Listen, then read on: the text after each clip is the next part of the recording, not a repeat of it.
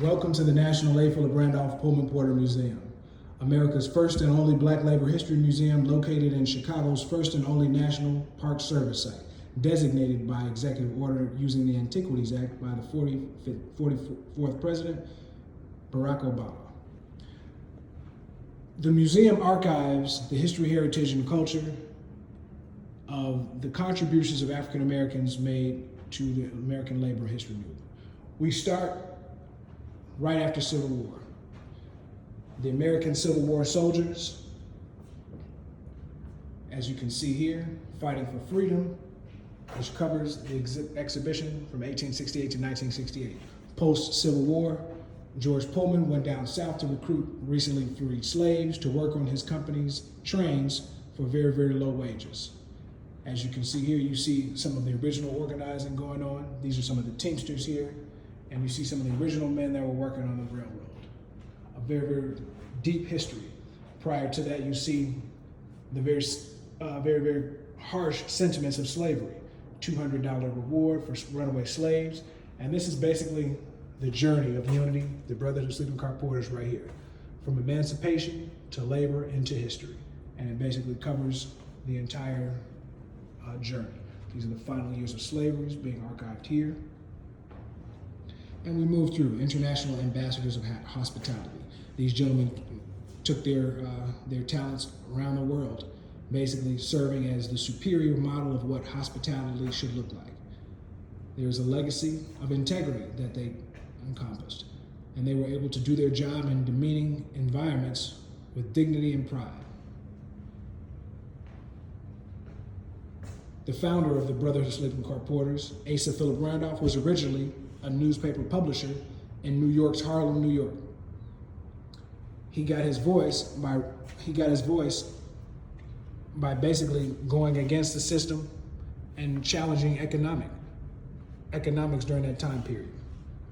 He wrote about the Pullman Porters, and that's how the Pullman Porters found out who he was, and they then decided that he was the person that could potentially lead them. This paper was published July 1925, a month before the Brotherhood of Sleeping Car Porters was founded at the Oaks Lodge in Harlem, New York. Right here you see his right-hand man, Milton Webster, Chicago-born native, who was pretty much the person on the ground that helped organize all of the porters on behalf of Randolph for the Brotherhood of Sleeping Car Porters. You'll see some of the original flyers of strikes and meetings where the porters organized. Here you have an authentic depiction of a Pullman Porter uniform here. Some of the artifacts that all the Pullman Porters used to have. Pullman Porter hat. You have the mantle, the candle, which basically would light everything up. You have the master key and the birth key. Here's some of the documents from the Brotherhood of Sleeping Car Porters. To Randolph, correspondence to Randolph from different local unions, local chapters of the union, if you will. And right here is a dining car waiter. So the union was comprised of Pullman Porters, dining car waiters, and maids.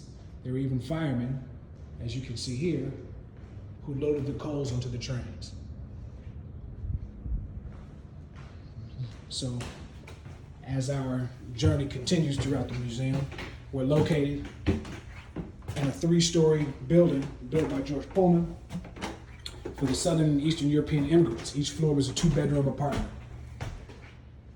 On this floor, we go more into the civil rights movement. Randolph was an ambassador for change. He's very, very largely known by some of his great quotes, like this one. At the banquet table of nature, there are no reserved seats. You get what you can take, and you keep what you can hold. If you can't take anything, you won't keep anything. And you can't take anything without organization. He stands at the pinnacle of leadership, performing tasks that certainly no one, not even Martin Luther King, could do. Tasks that involved putting coalitions together, challenging the government, making demands, and standing firm until those demands were exceeded. John Hope Franklin. Right here, you see some of the original organizing documents from the March on Washington. You see him sitting there with his mentee, Martin Luther King Jr. You'll see him with another mentee, Malcolm X, fighting for Negro and Puerto Rican communities in New York's Harlem. Here you see the Ladies Auxiliary, who were the organizing force behind the Porters, as they were the ones who clandestinely were able to meet, organize, and vote on behalf of the Porters when they were on their runs around the country. Here's a chronological timeline of A. Philip Randolph's life from 1889 to 1979, of which he died of natural causes. And here's another flyer. Here you have an original flyer from the March on Washington movement in 1941 is when they actually began that movement. At that time, President Roosevelt signed Executive Order 8802, which banned discrimination in the federal government and defense industries in 1941.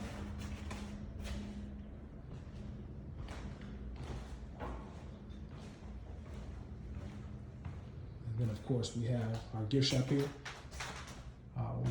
This is our Great Migration oil painting, which basically gives people a depiction of what it was like leaving the South during the Great Migration, of which there were 3 waves that started from 1916 all the way to 1970.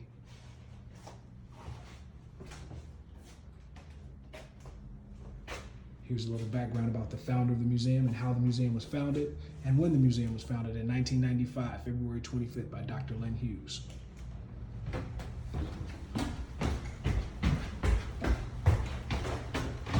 As we enter our 3rd floor, we enter our media center.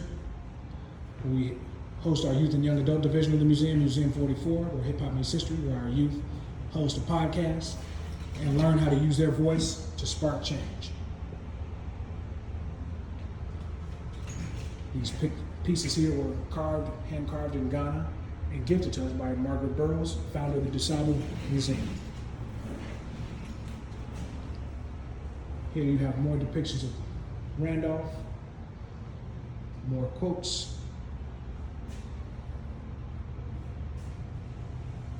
And we typically start up here with our introductory video, and people typically work their way down, but for the sake of describing what it's like as a flow chart, we started there.